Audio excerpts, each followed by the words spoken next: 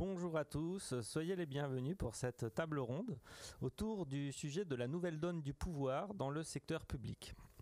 Alors autour de la table, nous avons des invités de choix, notamment parce que ce sont des acteurs de terrain qui sont investis sur ces sujets de transformation managériale dans le secteur public au sens large, comme vous allez le voir.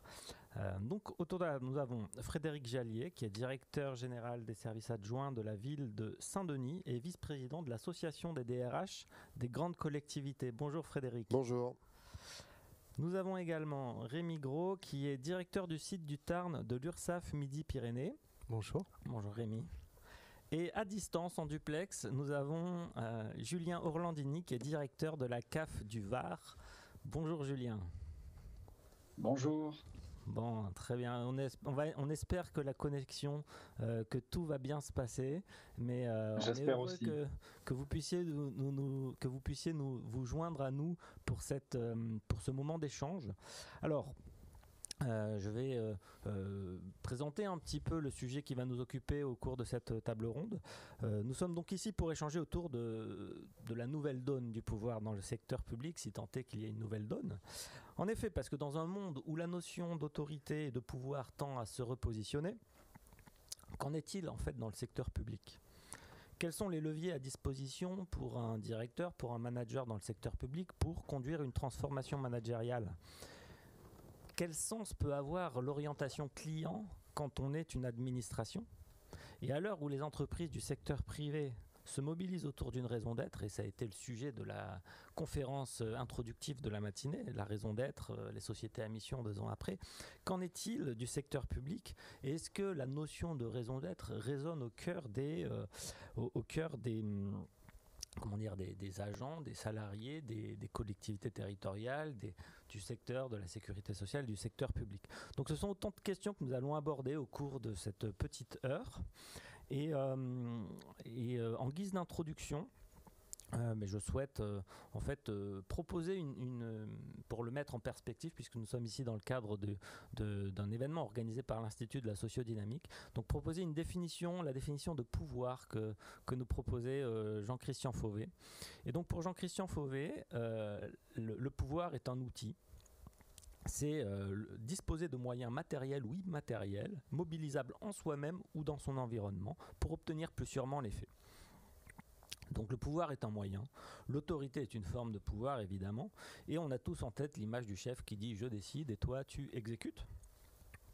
Et alors cette image, qu'on pourrait dire d'Épinal avec un petit peu d'ironie, est-elle encore d'actualité dans le service public ?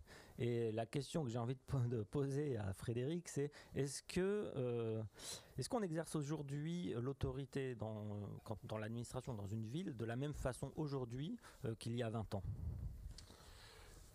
Merci déjà pour l'invitation, merci pour cette question. Déjà la première chose qui moi me vient à l'esprit, c'est que finalement, aujourd'hui, on parle assez peu de l'exercice de l'autorité ou du pouvoir. Et du coup, de la formuler comme ça est vraiment intéressant et nous oblige à réfléchir parce qu'on parle beaucoup plus de management, d'approche des encadrants, de leadership, de capacité des dirigeants ou des dirigeantes à encadrer les équipes et à emmener les équipes. Donc c'est là où c'est vraiment intéressant, c'est que cette question d'autorité et du pouvoir, elle est évidemment en creux toujours présente, mais beaucoup moins affichée de manière très directe et très nette. Et alors pour essayer de répondre à votre question, si on considère que l'exercice de l'autorité c'est finalement la mission et la vocation du dirigeant ou de la dirigeante publique, moi je pense que ce qui a vraiment évolué dans peut-être ces 10 dernières années, c'est qu'elle est davantage une pratique qui est orientée sur la performance, qui est beaucoup plus horizontale que par le passé, qui est beaucoup plus individualisée et qui également s'exerce dans un temps beaucoup plus contraint. Donc évidemment, je pourrais revenir sur chacun de ces éléments, mais voilà, c'est pour moi les 4 idées vraiment clés: la performance, l'horizontalité, la dimension participative et la contrainte du temps. Merci beaucoup Frédéric. Je ne vous cache pas que pour formuler le titre de cette table ronde, un en fait, un des axes de la ligne éditoriale du campus, c'est le pouvoir et son partage. Et donc, moi, assez spontanément est sorti cette formulation et on a cherché avec d'autres co-organisateurs une autre formulation, justement, pour que ce soit pour que ce soit plus dans l'air du temps. Et puis finalement, en demandant un peu des retours ici ou là, on va dire non, c'est bien, c'est incisif, ça oblige à questionner. Et donc, vous faites bien de souligner ça. Parce que c'est vrai que c'est pas le mot qu'on va mettre en premier. On va pas parler, on va pas faire de formation sur l'exercice de l'autorité. En fait, on va faire plutôt sur le leadership, le manager coach, etc. Donc, merci pour cet éclairage. Nous avons également ici présent Rémi. Donc Rémi, qu'en est-il au sein d'une administration telle que l'URSSAF ? Alors il y a une évolution très forte de l'exercice de l'autorité qui est traditionnellement très descendante et hiérarchique vers d'autres formes de relations qui visent plus à donner du sens, à susciter l'adhésion et la participation. Et c'est vraiment quelque chose qu'on observe, que ce soit dans les relations entre l'URSSAF et ses publics qu'en interne au niveau du management. Dans les relations entre l'URSSAF et ses publics, on part un petit peu de loin, en tout cas en termes d'image. Il y a 20 ans, les Inconnus chantaient « Nous sommes URSSAF, Cancras et Carbalas, où que tu sois, quoi que tu fasses, pas possible que tu en réchappes, nous sommes les frères qui rappent tout ». Donc on voit qu'on n'a pas vraiment l'image au départ d'une administration avec qui on compose. Et pourtant, il y a une évolution qui est très importante pour passer d'un organisme qui est plutôt très efficace mais centré sur ses missions régaliennes finalement de recouvrement et de contrôle, à un organisme qui est plus ouvert, qui est véritablement ouvert, qui est un acteur économique incontournable et qui vraiment porte des services qui portent une démarche d'accompagnement et de participation. Donc c'est quelque chose qui s'est fait petit à petit. Il y a eu quelques jalons, notamment tout ce qui est sécurisation juridique, tout ce qui est création d'offres de services par catégorie de public, le CJU, la page. Il y a le droit à l'erreur aussi qui a été un jalon très important. La loi ESSOC, c'est ça ? La loi ESSOC. Et puis il y a la crise économique qui a été un véritable accélérateur, puisqu'on est passé de processus de recouvrement très efficaces mais très standardisés, très automatisés, à véritablement faire du sur-mesure, c'est-à-dire prendre contact avec les entreprises, avec les travailleurs indépendants, voir leurs difficultés et vraiment faire cet ajustement entre la mission de recouvrement et de financement du système de protection sociale et l'accompagnement des difficultés des entreprises. Donc en interne, dans la relation avec nos publics, on est vraiment passé d'une autorité très verticale à la volonté de se placer aux côtés et en accompagnement de nos publics. Après, je pourrais le développer aussi, on a vraiment aussi la même chose au niveau des relations de management en interne. Ouais, très bien, on aura le temps de revenir dessus. Merci déjà pour cette mise en bouche. C'est vrai que nous sommes URSSAF, tout le monde connaît cette chanson-là et ça en dit long sur l'image que peut avoir une administration. Et ça va être intéressant après d'approfondir sur ce sujet. Avant de poursuivre, j'aimerais donner la parole à Julien qui est avec nous en duplex, comme on dit dans le jargon de la télévision. Et donc, qu'en est-il à la CAF du Var sur cette question de la transformation managériale et de l'exercice de l'autorité au sens large ? Déjà, j'espère que vous m'entendez bien, ça va, c'est sûr ? Oui, on vous entend très bien. C'est parfait. Non, je vais peut-être aussi mettre en complémentarité avec les propos de Frédéric tout à l'heure. Si je retourne encore la question, parce que c'était qu'est-ce qui a changé dans l'exercice de l'autorité ? On pourrait dire aussi qu'est-ce qui fait changer l'exercice de l'autorité, parce que je crois qu'il faut repartir de ça. Ce qui fait changer l'exercice de l'autorité, c'est la place de nos publics dans nos organisations. Je crois qu'on travaille beaucoup à des organisations qu'on appelle orientées services, orientées clients. Le droit à l'erreur a été cité, mais ça forcément réinterroge beaucoup de fait la place de l'autorité parce que nos propres publics, du coup, prennent une place dans nos organisations et dans leur réinterrogation, dans leur amélioration. Ce qui fait aussi changer l'exercice de l'autorité, c'est les attentes de nos collaborateurs. Je dis souvent en fait que nos organismes, services publics, mais évidemment dans les entreprises, mais sont des micro-sociétés et nos propres collaborateurs, c'est des clients internes aussi. Donc ils attendent clairement plus d'autonomie, de participation. Je pense aussi plus d'authenticité et d'humilité. Donc le rapport à l'autorité doit s'adapter, enfin, il n'est plus le même, on le voit, y compris par rapport aujourd'hui aux institutions. Et puis le dernier élément qui fait changer l'exercice de l'autorité, c'est les changements dans l'exercice de l'activité même. Alors aujourd'hui on en parle beaucoup évidemment, mais quand même le management hybride, le travail à distance, porte aussi un autre rapport quand même au travail. Donc il porte aussi un autre rapport au management du travail. C'est clair, hein, et donc c'est un vrai enjeu.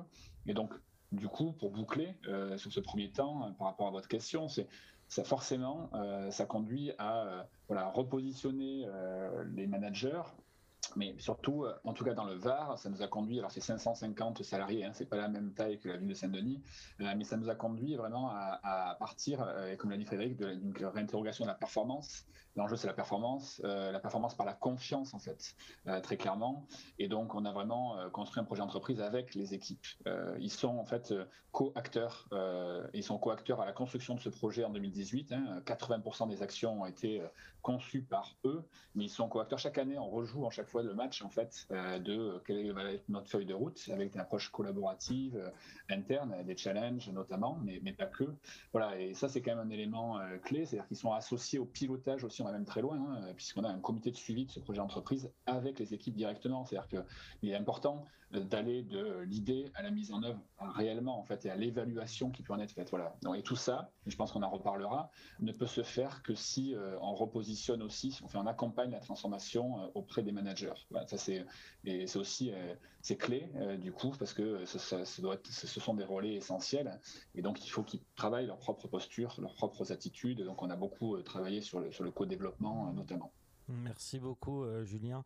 Et on a parlé un petit peu là dans ce premier tour de chauffe de la notion de performance et au sein des collectivités territoriales. Frédéric, est-ce qu'il y a des choses qui ont changé? Parce que bon, le service public a toujours eu le souhait de rendre un service public aux citoyens. Toujours est-il qu'on voit sans cesse dans les médias, on parle régulièrement de la disparition du service public. Qu'est-ce que ça veut dire concrètement pour une collectivité territoriale qui doit être un peu concernée par ces réductions budgétaires? Comment ça se passe? Déjà, la performance du service public, c'est pas sa disparition. Mais donc on a effectivement un certain nombre de contraintes, notamment financières, qui pèsent sur les collectivités depuis maintenant une dizaine d'années. Et ça, cette contrainte, elle a obligé à réinventer aussi les modèles managériaux et notamment de travail avec les équipes. Parce que par exemple, dans une ville où vous avez des crèches et où l'objectif pouvait être avant d'accueillir des enfants dans les crèches et de l'accueillir dans les meilleures conditions possibles, en accompagnant le développement des enfants, en accompagnant les parents dans l'exercice de la parentalité, etc. Toutes les missions de service public qui font le sens et la richesse de ces missions.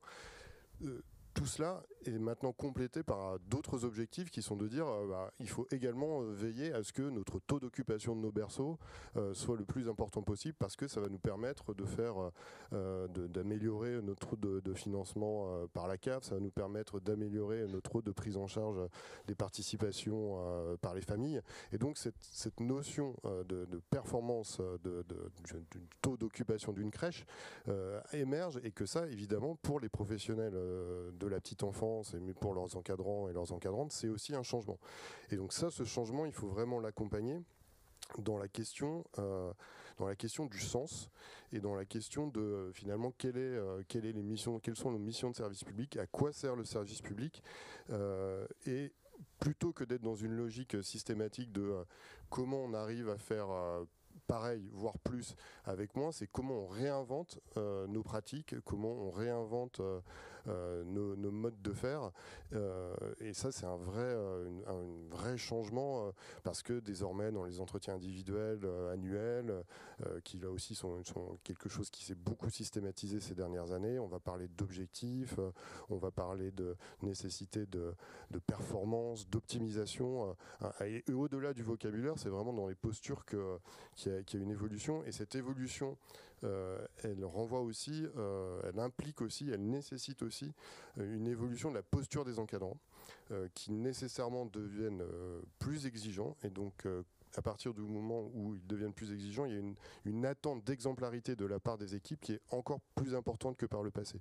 Et donc, exemplarité dans la manière de dépenser les deniers publics, dans la manière d'être présent sur le terrain, dans la manière de répondre aux agents.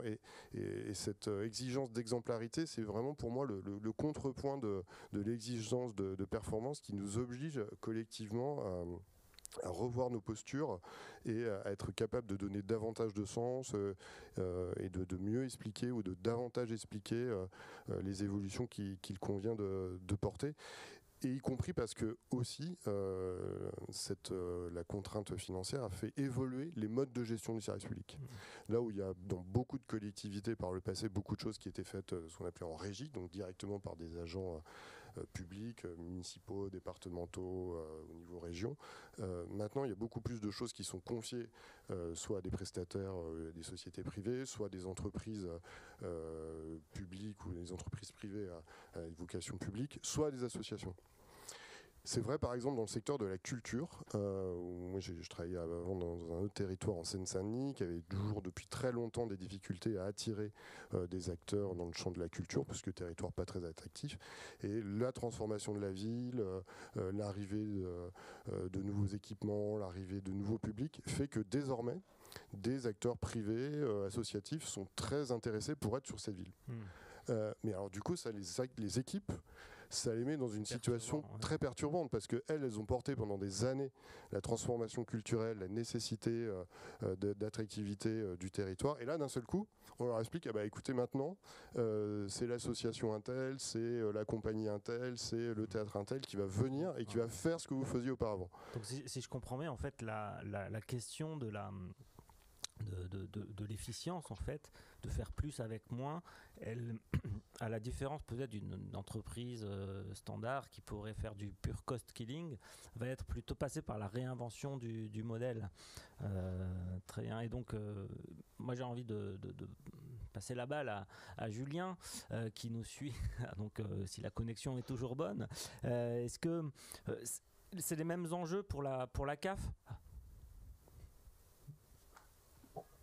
Je crois que forcément, moi je partage, oui, ce sont les mêmes enjeux, c'est-à-dire que clairement on a un enjeu d'efficience qui du coup, je pense, est probablement d'ailleurs mieux partagé, quoi qu'il en soit, dans le sens qu'évoquait Frédéric, quand même par les équipes, même si ça peut être déstabilisant, parce que il part quand même, on y revient, il part aussi de la raison d'être, de qui on sert, et donc du fait que on doit aussi admettre que voilà, il faut que cette frugalité, elle est attendue aussi de nos propres publics, quand on sait aussi les enjeux aussi aujourd'hui qui percutent notre société, que ce soit les questions de consentement à la protection sociale notamment, et que donc c'est important de montrer qu'un service public, dans sa performance, il y a cette dimension d'efficience.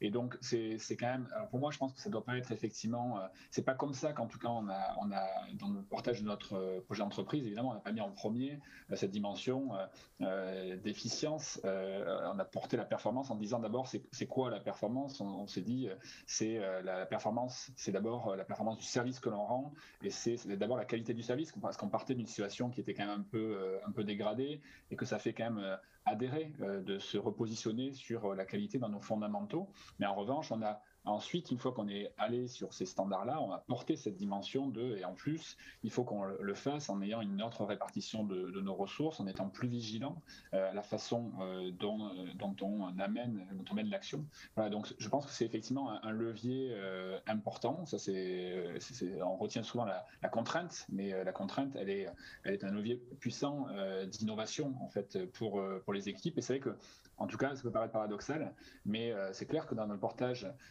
du projet d'entreprise, elle a beaucoup conduit elle nous a obligés d'une certaine manière à redonner la parole et le rôle, les deux, parole et rôle, au terrain, parce qu'en fait, moi je pars du fait que évidemment c'est pas les dirigeants qui connaissent les conditions d'exercice d'une activité, qui connaissent aussi les publics, qui savent du coup trouver les voies les plus courtes, les circuits les plus courts, l'excellence, enfin tout apporter, toucher cette excellence opérationnelle en fait. Et donc c'est vrai que moi j'utilise souvent cette expression, mais je crois que l'enjeu, c'est redonner du pouvoir de dire déjà et du pouvoir d'agir aussi. Et c'est des choses qu'on a entendues aussi plus largement dans un cadre sociétal et qui me paraît assez clé, et le faire justement pour pouvoir rendre un service plus complet.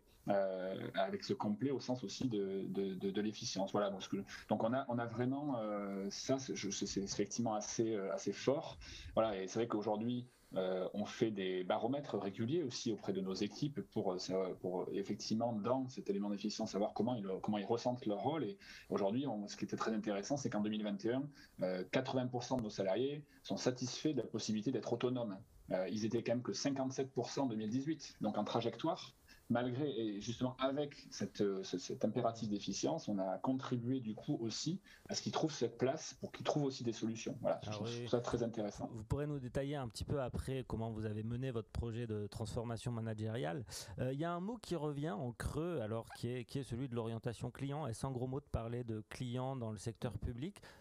Parfois oui, parfois non. Je sais que donc dans la protection sociale, ici nous avons 2 acteurs de la protection sociale, on a aussi beaucoup de petits noms. Il y a les allocataires, les bénéficiaires, les assurés suivant la branche, les cotisants, et après il peut y avoir les usagers, les citoyens, bref. En tout cas, cette question d'orientation client est quelque chose qui permet on a parlé du sens, qui sans doute permet de donner du sens. Enfin moi, en préparant cette table ronde, je me suis dit, mais quand même, est-ce que l'URSSAF, quand elle fait une démarche orientée client, est-ce qu'elle sait où elle met les pieds ? Tout à l'heure, Rémi nous a chanté ce grand tube des inconnus. Qu'en est-il ? Alors, comment ça se passe ? Qu'est-ce que ça fait quand on se dit on va être orienté client dans une URSSAF ? Je reconnais le caractère facétieux de François-Xavier de passer la parole à l'URSSAF pour parler de l'orientation client. C'est vrai qu'orientation client, URSSAF, ça peut paraître un concept un peu étonnant, mais c'est pour ça qu'il est indispensable. L'orientation client, très simple, c'est 2 choses. C'est aller vers, donc ça c'est des processus qui sont en cours, et après je pense qu'il y a une étape encore supplémentaire qui est très importante, c'est construire avec. Et ça, construire avec, c'est vraiment fondamental à la fois pour l'efficacité de nos offres de services et aussi pour la transformation managériale qu'on a évoquée. Construire avec, c'est indispensable parce que si on veut avoir des offres de services qui sont qui répondent vraiment aux attentes et aux irritants de nos publics, il faut pouvoir les mener avec eux. Des fois, il peut y avoir des publics qui sont insatisfaits, mais ils ne savent pas exactement formuler leur insatisfaction et comment y répondre. Donc c'est très important de le faire avec eux, et puis c'est aussi très important du coup ça demande de gagner ça demande d'apprendre des techniques, ça demande de s'investir sur le design thinking, enfin c'est aussi de la méthode. Et il faut mener des démarches de design thinking avec vos clients au sein de l'URSSAF. C'est vraiment quelque chose qu'il faut qu'on fasse parce qu'on s'est aperçu aussi que sur certains segments, par exemple les auto-entrepreneurs, on a des opérateurs privés qui peuvent proposer des services payants sur des activités qui sont menées par l'URSSAF. Donc on voit très bien que si on ne sait pas faire tout ça, si on ne sait pas écouter, co-construire, on peut finalement avoir des pans de notre activité qui soient ubérisés par d'autres opérateurs. Donc, et puis c'est quelque chose qui est vraiment très important pour l'engagement des équipes qui ont co-construit quelque chose avec les publics, et ils vont forcément mettre tout en œuvre pour que ça fonctionne bien. Voilà. Donc sur ces offres de services, après finalement comment on fait. Donc on a nous 3 publics avec 3 objectifs et 3 démarches qui sont un peu différentes. Donc avec le public de nos usagers, on a une démarche qu'on a appelée le lab, où on engage nos experts à co-construire des offres de services ou à améliorer des offres de services existantes avec les publics. Donc par exemple, on a mené un atelier sur plusieurs jours avec des experts comptables, des jeunes entrepreneurs, des experts de l'URSSAF et des startups. on verra que c'est assez intéressant de mettre aussi les startups dans ce genre de mécanisme. Et globalement, donc, on fait les étapes du design thinking, c'est-à-dire qu'on part sur une étape importante d'empathie, où on essaie vraiment de faire exprimer, mais le plus possible, tout ce qui est pain point, tout ce qui est irritant. Donc c'est une étape qui est un peu douloureuse. Un peu douloureuse. D'habitude, je pense qu'une démarche de design thinking pour une entreprise lambda qui s'entend bien avec ses clients, c'est un moment sympa. Et là, pour vous, tout ressort peut-être. Alors on va le chercher le plus loin possible, c'est-à-dire qu'on fait vraiment des jeux de rôle, on fait des cartes d'empathie, on fait des courbes d'expérience. Quand est-ce que vous avez rencontré l'URSSAF, à quel moment, pourquoi et comment ça s'est passé. On prend finalement toute cette matière, tous les éléments qui nous sont remontés. On les rassemble pour en faire des défis et après on fait des équipes mixtes avec du coup des experts URSSAF, des usagers, des startups et on essaie de qu'ils mettent en place des concepts pour répondre à la problématique posée et après ces concepts il faut les prototyper, les mettre en œuvre, les expérimenter et on se donne le droit aussi à l'erreur et à la réitération de pouvoir améliorer les offres de services. Donc ça nous a permis comme ça d'améliorer nos offres de services aux experts comptables, aux créateurs d'entreprises. On a créé de toutes pièces aussi une offre de service avec les startups, au bénéfice des startups. Donc voilà, c'est quelque chose d'itératif. Donc ça c'est pour le premier public, c'est pour nos usagers. On essaie de co-construire avec eux ces offres. On a un second public qui sont nos partenaires. Donc là on a essayé de mettre en place une démarche, toujours en associant le plus possible le personnel. Donc on a essayé de travailler avec l'ensemble des autres organismes de sécurité sociale, que sont la CEPAM, la CAF, la CARSAT, la MSA. Et donc on travaille dans une démarche qu'on a appelée cousinade, où là l'idée c'est vraiment de rassembler, mais à grande échelle. La première, tous les 2 ans, on fait un événement où on rassemble. Donc la première fois on a rassemblé une centaine de collaborateurs, la deuxième fois on était à 180. Et l'idée c'est vraiment de leur permettre, donc le matin on a des ateliers où chaque organisme présente une innovation, une offre de service que les autres peuvent reprendre, et l'après-midi on travaille ensemble sur des problématiques communes. Donc par exemple ça peut être la transformation digitale, ça peut être l'inclusion numérique, ça peut être comment co-construire ensemble une offre de service à un public qu'on a en commun. Et donc on prend toute la matière qui est proposée par les collaborateurs en atelier. On en fait un plan d'action, on fait valider par nos directeurs et après on a des ateliers qui mènent ça, qui concrétisent ces propositions. Et on a tout au long de ce processus, on a un système par un site internet qui s'appelle Cousinade OPS, mais aussi par une newsletter, par un magazine qui met en avant les différents groupes et les acteurs. On essaie de tenir informés les 5000 collaborateurs qui participent à cette démarche de l'avancée des travaux. Voilà, donc ça nous permet d'avoir des concrétisations comme le Cousistore, qui est un site où chacun met ses initiatives, ses expérimentations pour que les autres le reprennent. Là, on travaille avec les employeurs du bâtiment pour essayer de faire une offre de service conjointe CEPAM, CAF, CARSAT, URSSAF, à l'attention de ces employeurs du bâtiment qui nous ont exprimé que on essaie tous de faire des choses pour eux, mais il y a des situations, par exemple j'ai un accident de travail sur mon chantier, répondez-moi, dites-moi dans quel ordre vous intervenez et comment. Donc voilà, il y a sur certains cas la nécessité d'avoir des réponses concertées. Donc on a cette offre de service qui s'appelle BTP Social Club qui est en cours de finalisation. Donc ça c'est pour client en fait pour un public donné. Pour un public donné. Donc une approche pour tous nos publics usagers, une approche avec nos partenaires. On a une approche un peu spécifique aussi avec les startups en 2 temps. D'abord, on a créé une offre de service avec les startups à leur profit et ça nous permet aussi d'avoir une bonne cartographie de l'écosystème des startups et de pouvoir voir des potentialités technologiques ou des startups avec qui on pourrait travailler. Et puis, on essaie de les intégrer dans différents groupes de travail parce que ça permet de semer des petites graines aussi de ce qui est possible de faire, des potentialités technologiques et de les associer aussi aux réflexions avec nos équipes. Très bien. Donc voilà, cette volonté vraiment d'aller vers, c'est une première étape, mais construire avec, c'est aussi une étape très importante et qui est un levier aussi de transformation managériale très important. Construire avec, juste après, j'ai une question à poser à Frédéric sur ça, parce que dans les préparations, il y a aussi quelque chose qui m'a interrogé dessus. Juste avant, j'avais envie de passer la parole à Julien Orlandini pour nous amorcer un autre sujet qui a été un peu déjà évoqué, qui est celui de l'orientation client en interne. Alors, il va sans dire que, Frédéric, vous êtes également concerné, mais il y a ce sujet un peu de forme de symétrie des attentions, en tout cas. C'est un peu ce que vous avez mis en place. C'était un levier fort, peut-être, dans la transformation managériale que vous avez pu mener au sein de la CAF.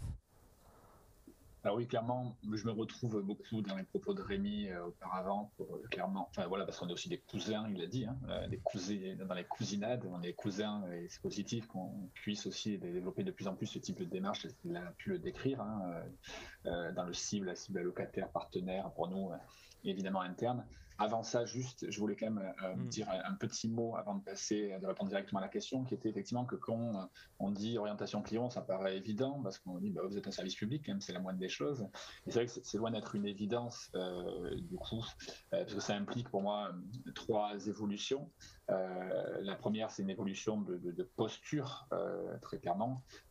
Penser client pour nos propres collaborateurs, voilà, c'est ne plus penser à partir de son métier. On a toujours tendance à revenir on a plutôt des organisations métiers, des logiques de silos.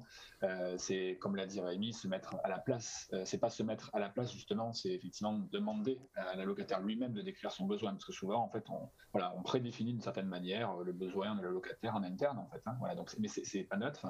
Et donc, ça va avec la deuxième condition, c'est une évolution de culture. Et donc, il faut accepter le temps long, hein, accepter des paliers, du coup, et que ça soit porté par les managers. Et donc, ça veut dire que souvent, je dis, on est dans une dynamique de transformation, dans du temps long, il faut transformer et accompagner, quoi. C'est-à-dire qu'il faut très clairement travailler sur cette évolution culturelle. Et donc, ça veut dire aussi, on parlait d'efficience tout à l'heure, en tant que directeur, moi, j'ai fait le choix d'investir dans le développement des compétences dans une logique apprenante. Ça veut dire qu'il y a aussi un budget dédié à ça, qu'il faut assumer dans notre plan de développement de compétences. Puis la troisième élément sur comment on peut vraiment pousser cette orientation client, la troisième condition, je dirais que c'est l'évolution de structure. Voilà, donc posture, culture, structure. Structure parce que du coup, je vois, moi, depuis 5-4 ans, l'organisation s'est profondément transformée. Alors ça vient après, hein, mais c'est assez, donc il y a vraiment une logique systémique. Il faut aussi changer son organisation. Pour prendre juste l'aspect de notre service aux allocataires, on a vraiment, nous, mis en place une organisation populationnelle. C'est-à-dire qu'on est passé dans une logique tout venant quelque part, on traitait les dossiers, à finalement une organisation où là, cette fois, on accompagne des personnes. On traite les dossiers, on accompagne des personnes. C'est plus pareil. Et donc, on a une organisation entièrement populationnelle.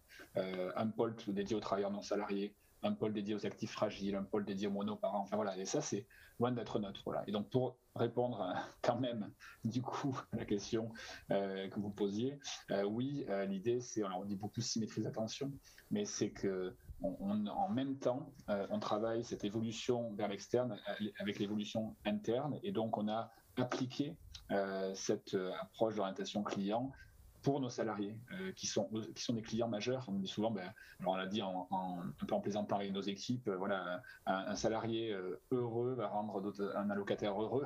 Mais en tout cas, c'est vrai que ce qui a conduit, ce qui a vraiment poussé notre démarche de transformation et aussi notre stratégie en termes d'innovation, c'était vraiment de penser la réduction des irritants au travail, du quotidien de travail. Alors c'est pas simple, c'est vraiment d'ailleurs le plus compliqué, je trouve, dans la démarche systémique qu'on mène, c'est finalement d'améliorer nos circuits internes, paradoxalement. Pourtant, on le fait avec les équipes.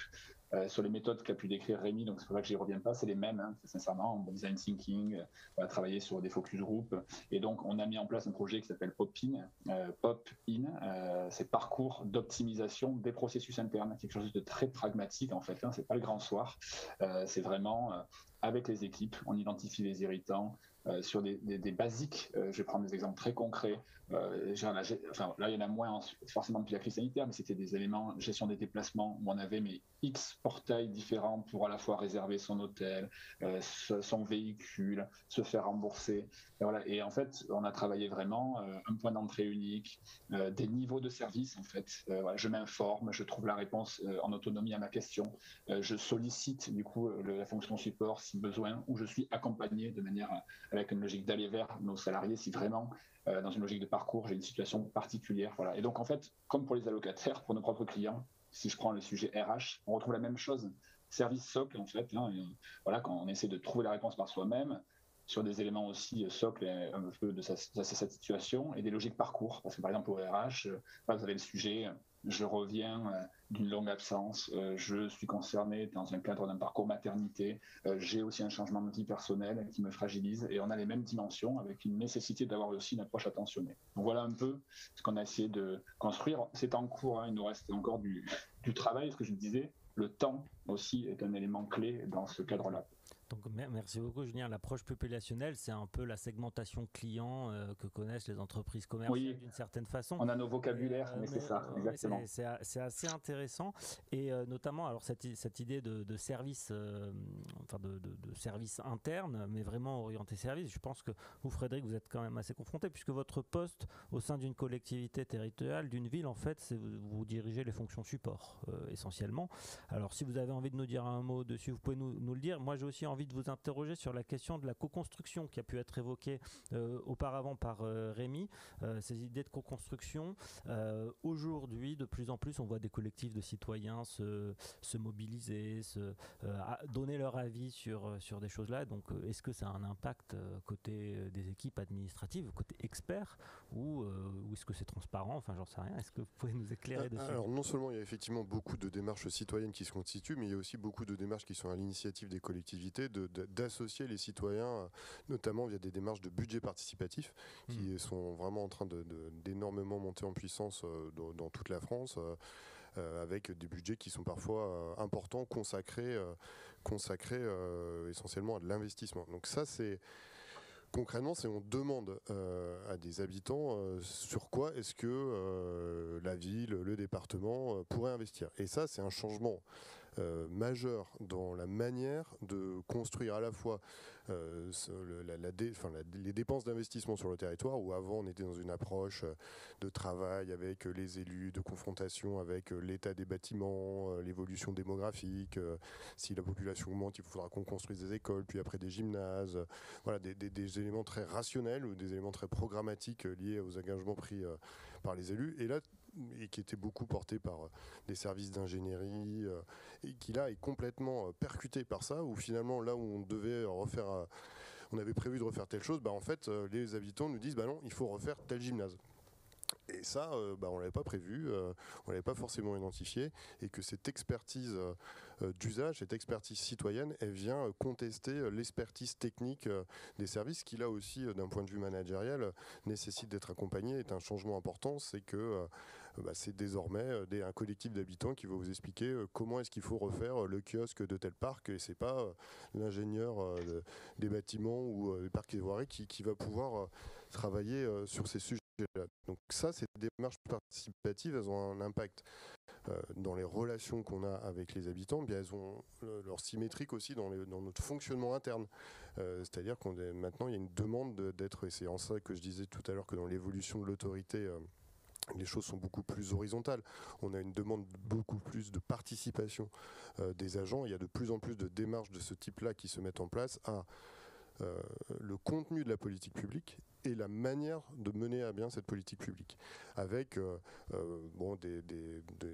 des démarches de design thinking, des démarches d'hackathon, des démarches de dispositifs également Vie ma vie, qui permet de savoir comment ça se passe dans un autre service, qui derrière irrigue aussi la politique RH, la politique de mobilité. Donc il y a toute cette évolution-là qui est vraiment à l'œuvre en ce moment, et dans laquelle je pense qu'on a collectivement au niveau du service public vraiment pas à rougir, parce que quand j'entends les collègues, quand je vois ce qui se fait dans beaucoup de communes, dans beaucoup de départements, dans des régions, il y a énormément en fait de ces démarches qui sont en cours.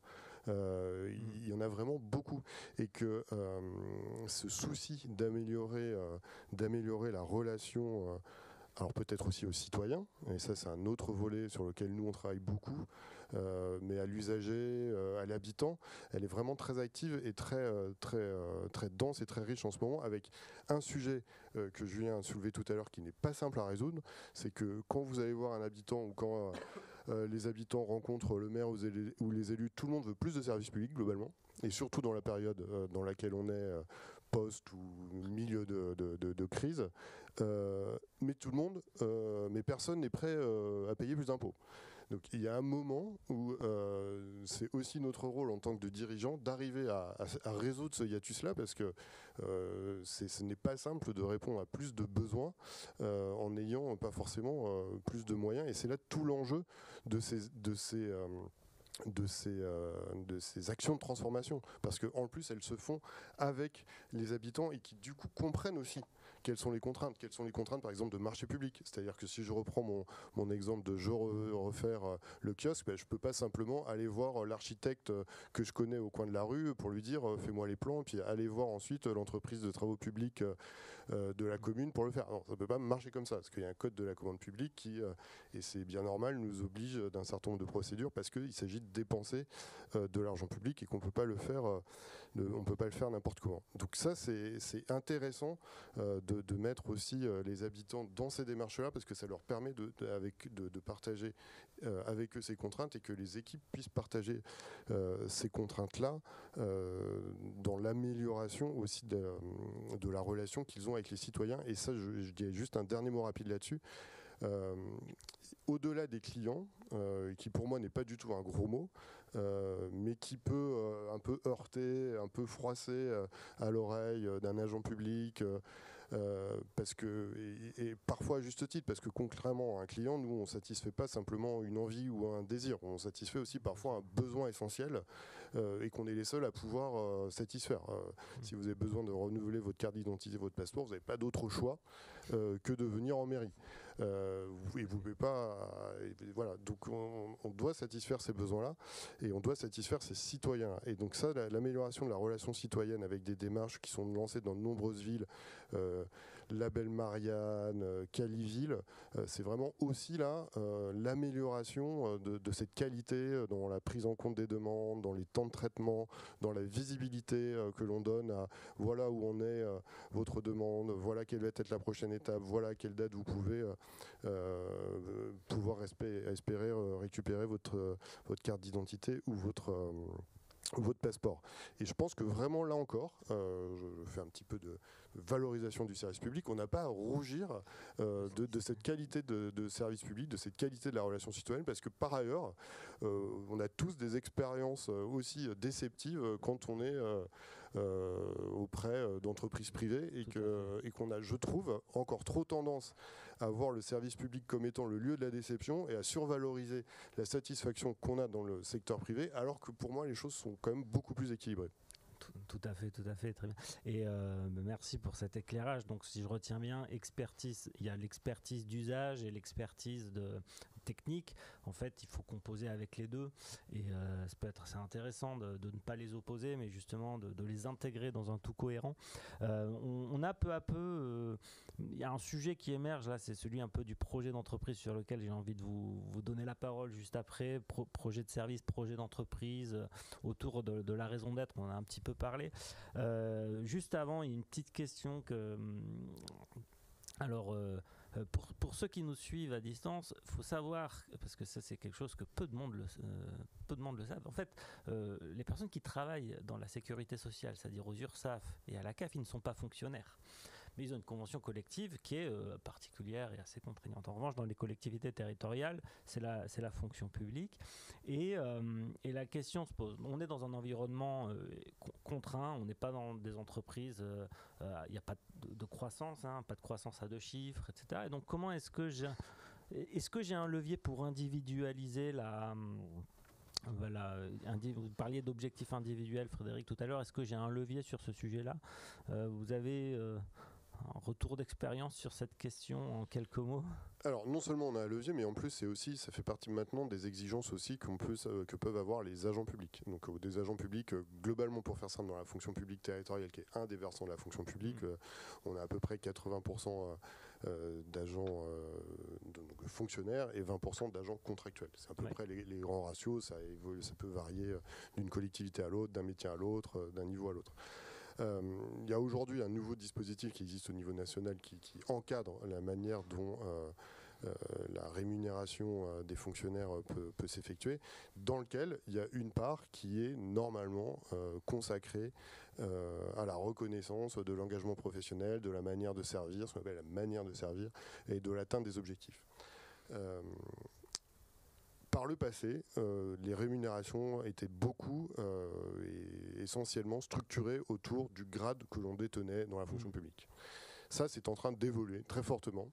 Et désormais, c'est la fonction qui aussi a plus d'importance. C'est-à-dire qu'à grade égal, on peut exercer des métiers qui sont plus exigeants, plus complexes, et que du coup, aujourd'hui, de plus en plus d'employeurs publics valorisent davantage l'exercice de ces fonctions, de ces métiers plus complexes, plus exigeantes, nécessitant des compétences plus pointues, voire plus rares. Bon, donc ça, c'est déjà une première évolution qui, quand je vous le dis comme ça, en une minute, voire moins, a l'air de rien, mais qui est déjà un pas très important qui a été fait dans la fonction publique. Et maintenant, il y a un autre pas qui, lui, est plus balbutiant, plus hésitant, mais qui, je pense, va se développer et peut se développer dans les années qui viennent, c'est de fixer un niveau de rémunération au regard de l'atteinte ou non d'objectifs. Alors là, avec deux dispositifs qui existent, un sur des objectifs collectifs, et ça c'est vraiment très intéressant, avec des primes qui peuvent être versées si on a un service atteint des objectifs collectifs pour l'ensemble du service. C'est par exemple c'est notamment ce qui a pu être utilisé sur des missions d'amélioration, d'obtention de certification. J'ai mis ça en place pour une équipe qui avait obtenu un label AFNOR. Ils avaient eu le renouvellement, il avait permis d'atteindre cette prime. Et après, on a des dispositifs de compléments indemnitaires annuels qui sont soumis normalement à l'atteinte d'objectifs individuels. Ça, on n'y est pas encore complètement. C'est en train de monter, c'est en train de se développer, mais on n'est pas encore complètement là-dedans.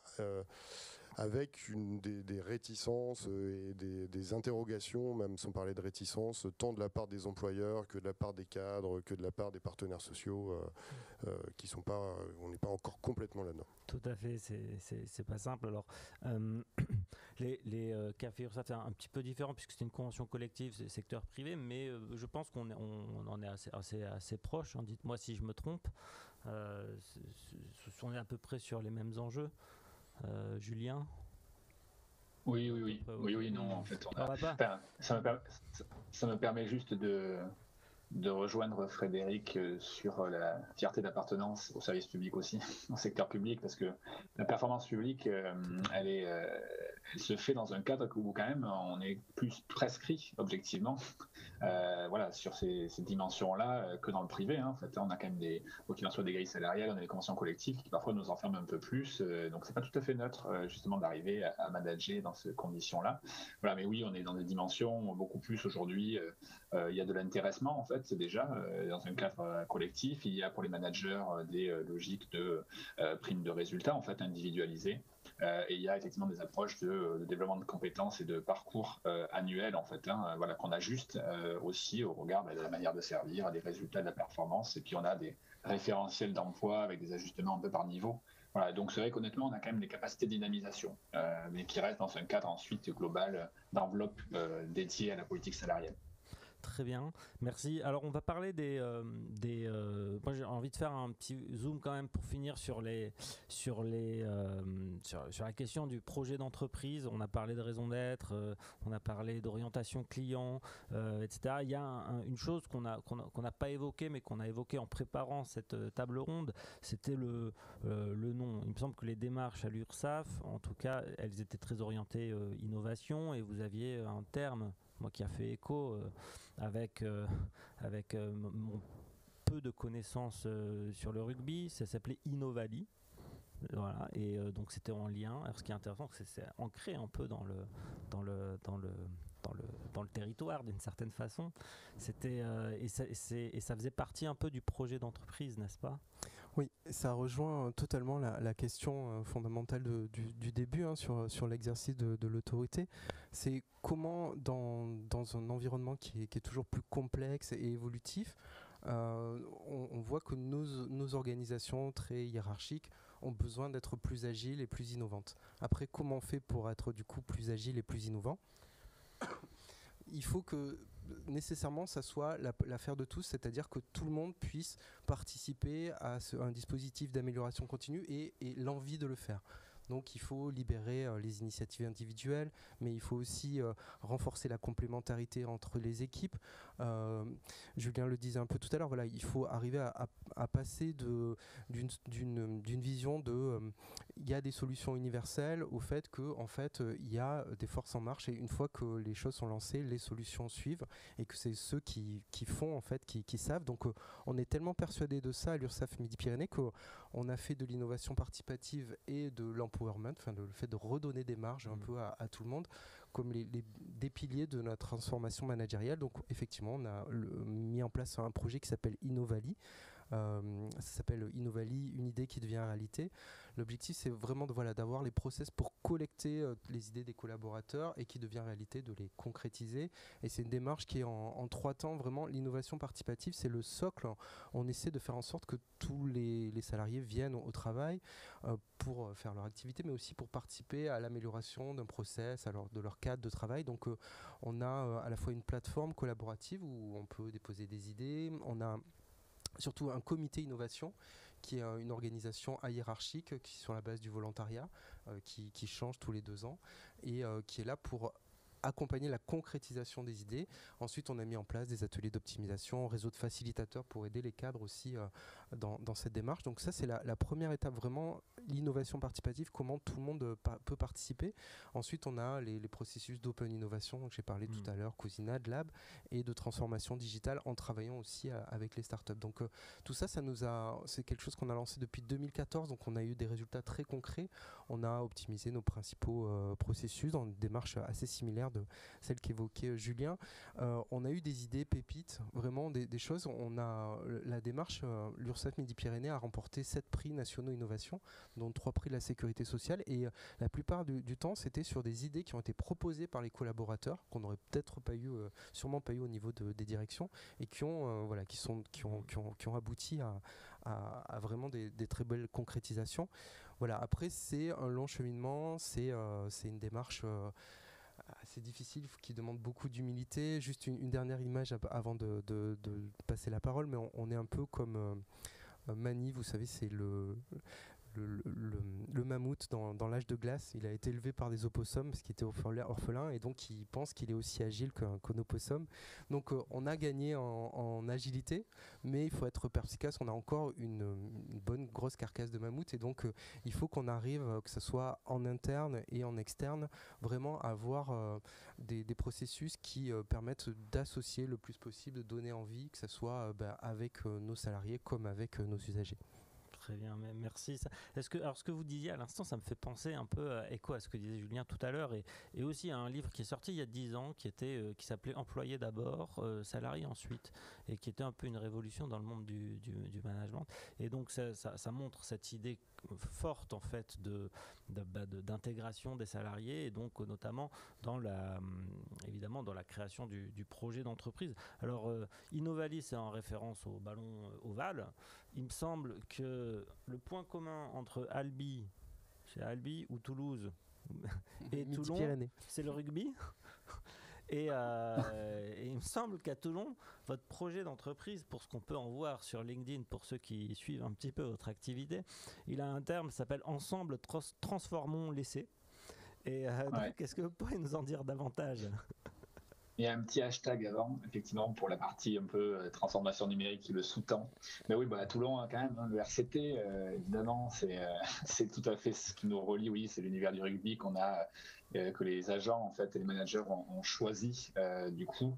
Mais ce qui peut-être rejoint la question du moteur aussi. On parlait de la performance et du moteur par la confiance et du moteur de la transformation, de ce supplément d'âme aussi.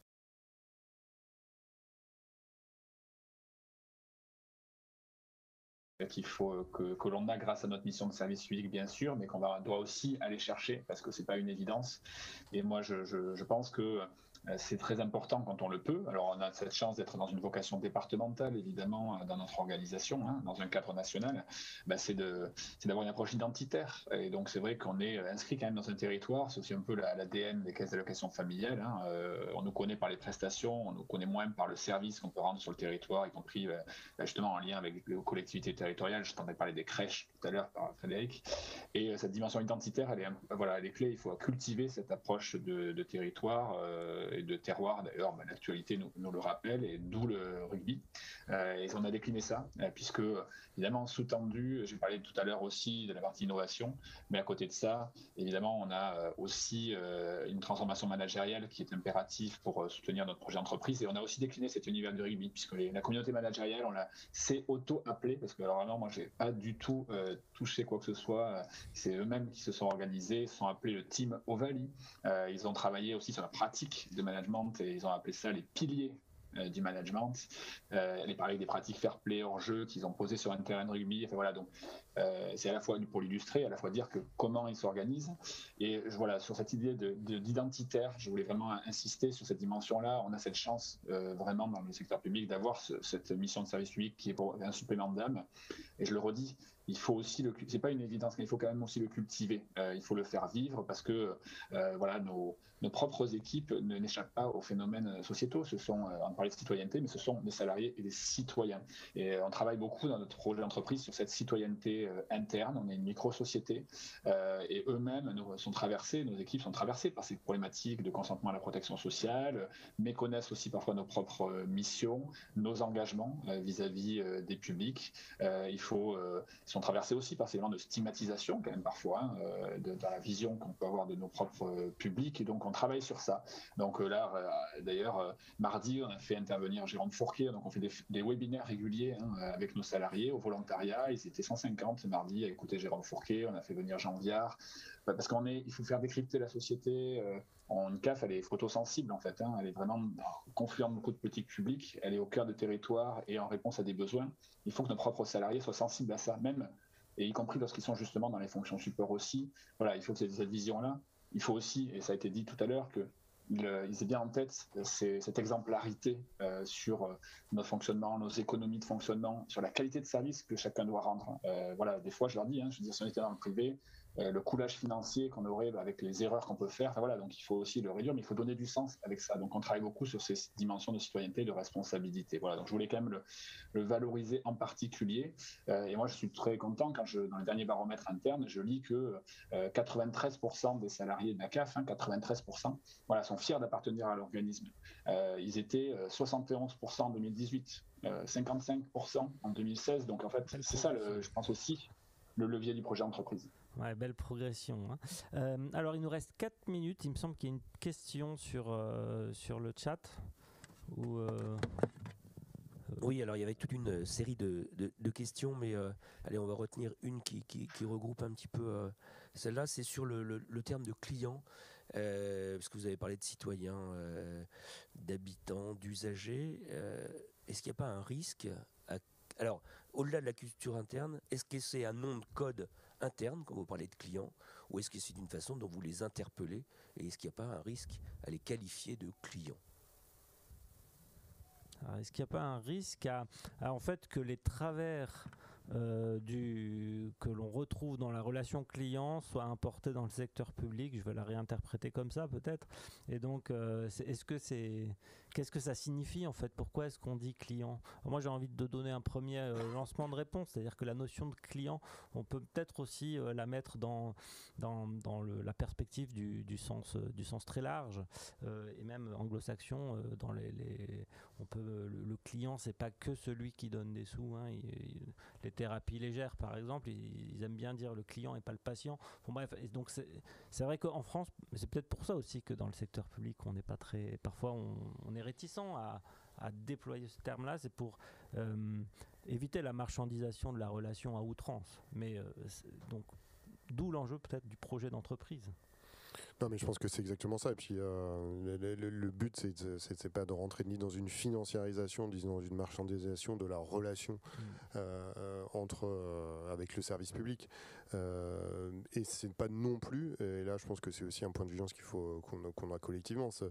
L'évolution du management et l'organisation des services publics ne passe pas exclusivement, ne doit pas passer par des copier-coller de pratiques et de recettes toutes faites du service du secteur privé, et que on a dans le secteur public des pratiques innovantes, des pratiques qui ne se font pas dans le secteur privé et que notre modèle de référence ne peut pas être exclusivement que le secteur privé. Et que c'est effectivement la question du sens et notre mission. Et pour un peu rebondir sur ce que vous disiez tout à l'heure sur la raison d'être, nous finalement en tant que service public, on n'a pas de réflexion à avoir sur notre raison d'être. Notre raison d'être, elle est consubstantielle à notre existence. C'est être au service de l'intérêt général. C'est aussi simple que cela et pas plus compliqué que cela. Et une fois que j'ai dit ça, et c'est là où tout le travail commence, c'est le rappeler à ceux avec qui on travaille, de ceux qui travaillent pour le service public, de ceux qui auraient envie de travailler pour le service public.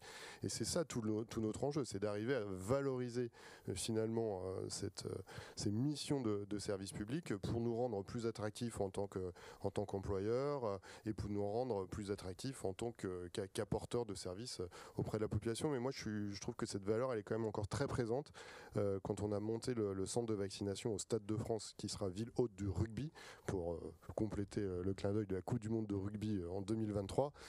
Quand on a monté ce centre de vaccination au Stade de France, on a fait un job dating avec des jeunes de Saint-Denis, et ce qui revenait régulièrement quand moi je faisais le tour des tables, c'était en plus moi je suis content de faire ça parce que ça va servir aux gens.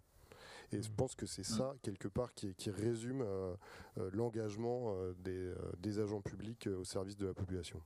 Je rejoins totalement. C'est moins la notion de client que le sens. Enfin, la mission quand même confiée aux organismes de sécurité sociale, comme elle a été formulée au lendemain de la guerre, c'est protéger les travailleurs de la hantise du lendemain, du risque de tout perdre s'il arrive quelque chose. Donc on a une mission qui est au-dessus on participe à une mission qui est au-dessus de nos objectifs quotidiens. En 5 secondes, Julien, vous vouliez réagir ? Non, mais c'était juste de dire que moi, la terme de client, avec tout ce qui s'est dit, que je partage, puisqu'on a une mission d'intérêt général, est un moteur aussi quand même, aussi pour 2 raisons. Dans cette notion-là, il y a l'idée de l'engagement réciproque. Hein. N'oublions pas que dans le service, il y a cette dimension de l'engagement réciproque, y compris de nos propres publics aussi. Et puis cette notion d'être au standard aussi des attentes. Hein. Et il y a quand même une logique de standard à atteindre. Moi, je prends souvent l'exemple d'Amazon auprès des équipes aujourd'hui, quand...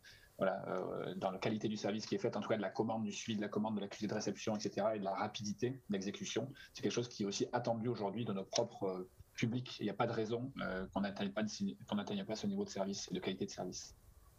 Très bien. Eh bien, écoutez, merci beaucoup. Merci pour cet échange riche et intéressant. Merci. Et il me semble que nous devons rendre l'antenne. Et donc, c'est fini. C'est ça ? On a rendu l'antenne ? Merci. Merci.